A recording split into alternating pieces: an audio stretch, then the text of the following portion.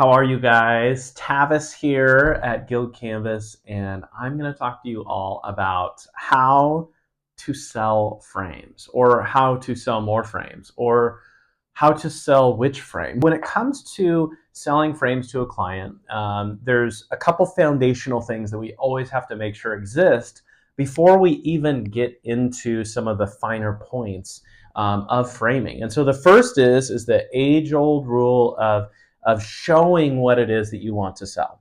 And so showing framed portraits in your studio is really important. Showing framed portraits on your website, your Instagram, anywhere you're putting out the finished product, we want to make sure that there are frames showing. This is going to be sending a message to a client that, hey, other people are doing this, and so it's okay for me to also do it. And so without that foundation, you'll find yourself having clients that maybe are not interested in framed stuff, or maybe want to do their own framing, or want to introduce a whole bunch of different objections because they haven't seen it. There's no proof of it in your world, and so make sure that you are showing framed portrait. Now, I'll share with you a short story. For me, when we first started our studio, oh man, almost 17 years ago now, I had all kinds of products and stuff in our selling space. And what I'd say is that we leaned towards gallery wraps in a very heavy way. And so turns out when I had mostly gallery wraps on display, I sold the exact percentage of gallery wraps that I had on display. So if I had one frame piece, I would literally sell like 95% gallery wraps and then 5% or whatever frame stuff. Fast forward to today, in my selling space, I have one gallery wrap left in my selling space. The rest is framed art, and as you can imagine, literally it turned it around, and now I sell well over 90% framed portraits. And I've moved forward to actually myself, and for my studio, we no longer offer gallery wraps. So I tell them that's something that we have phased out, and we're moving more towards framed pieces ready for the wall, and they've been completely fine with that. And so that is, again, a foundational point, is to say, show what it is that you want to sell, and that applies to framing. The other thing when it comes to framing is that oftentimes when we talk about the products we offer in our studio, we're very passionate about it. We very much so will grab a canvas and tap it and talk about it and point out the brush stroking. And so what happens is our excitement, our passion gets transferred to the client. They become interested because of our excitement and our passion with that. And so when it comes to framing, if we are also not doing that, if we are not talking about a frame on a portrait and, oh, look at the repetition of design and the color and the shape of it, and, oh, look at the style, oh my gosh, that style makes my heart sing, like all those things, guess what? They're not going to be excited about framing. And so when it comes to you talking about framing later on, and that's the first time it's really been introduced in the conversation, they're not going to be sure on what they want to do, and it's going to be more difficult to navigate. So again, foundationally, you want to make sure that you are talking about frames, that you are talking about them as a part of the canvassing that they're getting. And one thing I always say, so you can use this line too, is that frames that we put on a portrait are always an extension of the artistry that's been created. And that's so important for the client to understand that. We're not trying to be matchy-matchy in their house, or match a piece of furniture or their colors and stuff. We take it all into consideration, but first and foremost, we take the portrait into consideration, and the frame being an extension of that artistry. And so now all of a sudden, we begin to look at frames differently. We don't look at them like the color of a table or the color of their floors. We look at it like, well, what color of frame, or what shape of frame, what design of frame is going to make the portrait be enhanced, that's going to hold the eye longer in the portrait, all those good and finer points.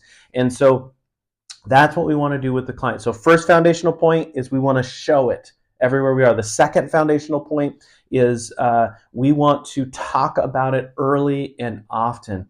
And then the third foundational point is that we need to be seen as the expert when it comes to framing. And so a couple ways to do this, if you're like, well, Tavis, like, I don't know. I know that they're made of wood and I can tell that it's brown. But outside, I mean, you could throw a style out there and maybe it'll be right. That's okay. We're all in different places with learning about framing. But one way that I use to solidify myself as an expert when it comes to framing is I use different books. And so these are decor books here. So this one's called The Finer Things by Christine. Ooh. Lumex. It's fine. Yeah, I slaughtered that one. Sorry, Christine. And then this other one is Interior Design Masterpieces. I have maybe like 12 of these in my gallery that I grabbed. Every single one of them, you'll see little tabs. Where those tabs are is something about wall art or about something to do with the process of this. And again, this is a decor book. This is a decor and design book. It's not a wall art book, but because of what we create, it is most times the focal point of every room. And so in this one specifically, The Finer Things, they actually have a page about framing and the framing process. And so I open this up with a client and I show them, I go, oh, look at this. Oh, look, that's how they're doing. I think that's silver leafing on that one.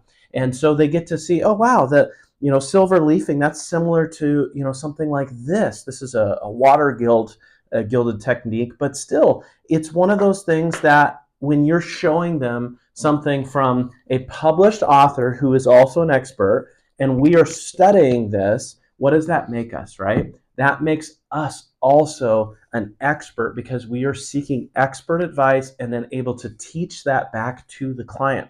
The reason this is important, the reason this is that third foundational point is because when we get to some of the, I'll talk about how I offer frames here in a minute. When we get to that part, without these foundational points, we're going to run into some issues. One of the main issues that we run into is that the client wants to control the frame. And really, most clients I've ever ran into, they're not frame experts. They're very far from it, but they have an opinion. And the reason that they feel like it's appropriate to interject their opinion is because we haven't solidified ourselves as the experts. And so, foundational point 1, show what you want to sell. Foundational point 2, talk about frames along the whole process and how they're displayed. 3, make sure that they know you are the expert on the matter of framing and canvassing and all things portraiture, okay? So now let's talk about how you may consider offering your frames when it comes to your pricing and how you've set it up on your back end for your cost of goods and your margin of profit and whatnot. So one thing that we've done in our studio is we have what we call a house frame. And so we've selected a simple, in our case, usually it's just a simple black frame that we include in the price of all of our canvases for on our side, right? So our cost, we've included it as a framed canvas. And the client, in how we're talking about this, doesn't necessarily know about our house frame yet. When we get into how we offer frames, it'll become more obvious to you why we set it up that way. But this house frame is designed to always have that backstop of being able to say, let me take care of the frame for you. You could say something like that to the client, and you know that your margin of profit already includes you having it framed, okay? So now, when we are selling frames to a client, I'm going to challenge many of you with what I'm about to say, and it's by design, and it's because it all comes back to almost all of our clients are not frame experts, but they are an expert on their opinion. And so when it comes to framing, if we've done those foundational things that we just talked about leading up to this point, then what I like to do is after they've selected the portrait that they love, that they want to do, or the arrangement of portraits, I then immediately go to, I have just the frame that would be a perfect fit for this portrait. I do not show them all of these, like similar to how you see the samples here. I actually do not show frame samples unless it's a finished canvas with a frame on it. I may have one or two corners nearby, but then I usually reach down in my desk drawer and I grab whatever one came to mind. So maybe I grab this guy and I say, this is the frame that I'm thinking about for this portrait. I think it would be a beautiful extension of the artistry that's already created. What do you think? And so I'm giving them my recommendation as the expert. And I'm also, within that, I'm falling back on some other things that I've asked them up to this point. So before we even got to this point, I've asked them about their home, their style. One question that you can write down that I love to ask, hey, in your home, when it comes to furniture, what style attracts your eye? And sometimes they have it, and sometimes they have no idea. And they're like, oh, we just have gathered things over the years and whatnot. That's just fine. You get to then be the expert. In a lot of cases, they're showing up to the meeting with a photo of the wall that they want the canvas on. So guess what? I get to look in their home and see their furniture and see the walls and see the styles. And so when I'm making a frame recommendation, it is not Tavis's random hour of decision making. It really is based upon the colors I'm looking at in their home. So if they have red browns or brown browns, I'm trying not to clash there. If they have, obviously this frame has a little bit of an ornate style to it. If they haven't introduced that into their space, I am not likely to introduce it. I would go with something a little bit more on the classic lines of things, like that, or like this one is a really popular one. And this one too. And this one's called Mocha. I've been doing a lot of these recently. And so when I make that recommendation, I'm not even kidding you guys. If you've done the foundational things, they will say, oh, I love that. And then they say, how much would that be? Now, here's where you get to kind of control the quality of frame, or in our case, what tier you're introducing them to. So say you start with that top tier and you're introducing them with higher tiered frame options. And they say, oh, I love that. How much would that cost? You go ahead and calculate that up and say, oh, that would be fill in the blank number, right? And then say, would you like to add that to your cart? And so again, they've already selected the portrait, they've already selected the size, and now they just have to select the frame. And so if for some reason they don't want that, and they say, you know what, that's more than I thought it would be. And then you could say, oh, you know what, I do have another one that would also be a good fit. You drop down in tier. So maybe if you want to organize this in a drawer by tier, if it's easier for you to remember until you get real familiar with some of the frames, then you can grab the next tier down and say, this one also would be a great fit for that portrait. It was another one that came to mind when I was thinking about what frame to do for the portrait you selected. And then they'll say, and then you go straight into the cost, because why wait for them to ask, and say, and this one's going to be this cost. And so the idea is that as you walk down through the tiers, you're helping them find the correct financial area, but while also having great frame selections.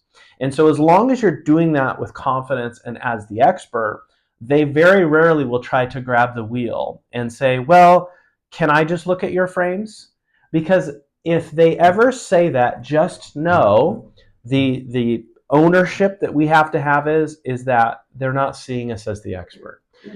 If they do ask that, and it comes up, everyone has, some complacency as they're coming and putting together, the sale and everything. If it does come up, then I say, well, I tell you what, why don't I select 3 that I think would be a great fit? And then you can see which one you prefer.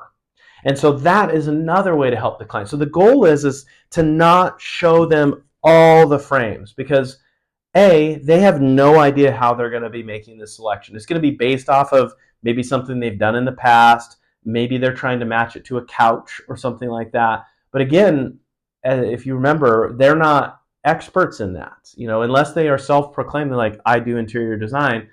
Few clients are like that. Then we need to make sure that we remain the expert and in control of the framing. So I had mentioned that I have a house frame. And so you're maybe thinking, okay, when does the client know about the house frame? The house frame is introduced when we're talking about the sizing of the canvas. And so it's a tool that I use because, again, the price or the cost of goods for us is built in with the tier one frames. And so in our studio. And so if a client is wanting to, say, go from a 40-inch canvas to a 36-inch canvas, and it's because of the price. They love the size, the space can handle the size, all that stuff. Then what I'll do is I'll introduce my house frame concept. And I'll say, well, I tell you what, before we jump down to that 36-inch portrait, we just talked about how much we love the head sizes and the impact of the 40. If I take care of that frame for you, if I go ahead and give you our house frame for that portrait, would we want to stay at the 40-inch if we did that? And so when I do that with the client, they know, okay, I'm going to be saving money on framing because now the generosity of Tavis is being introduced into the decision making, right? And what they're going to do is that oftentimes they'll say, you know what, I think that that's fair. I love that. Let's do it. If they do still drop down, they know they still have to pay for a frame. And so that's, again, you're introducing, okay, you can save or drop down, or you can stay up here and I'll take care of the frame. The way the math should work out with the way you set up your pricing is that, of course, by you taking care of the frame and offering to cover that, that you make more money versus them going with the 36-inch and then getting a frame separately.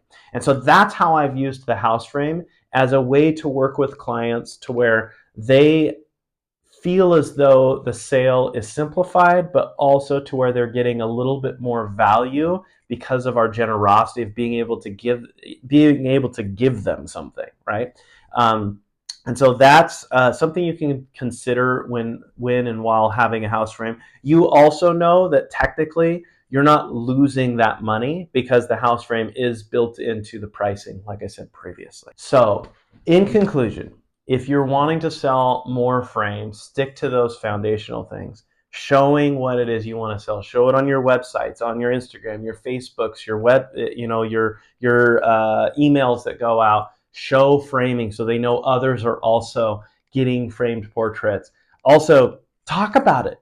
Talk about it a lot. Grab frames. Tell them what you love about it. Talk about how it's made. Show them a book that has framing in it. Just have some passion when it comes to framing. And on that note, framing is actually older than photography. And so it's something you can get really passionate about on how the painters selected their frames and so on and so forth. So you can get really nerdy about it. It's super fun. And that third one, make sure that you are the expert in the eyes of the client and use all tools and educational moments and stories that you can possibly share with the client to make sure that in their eyes, you are the expert and they can trust your decisions when it comes to framing their portraits in their home. So hopefully this is helpful, and we will talk to you more about this soon.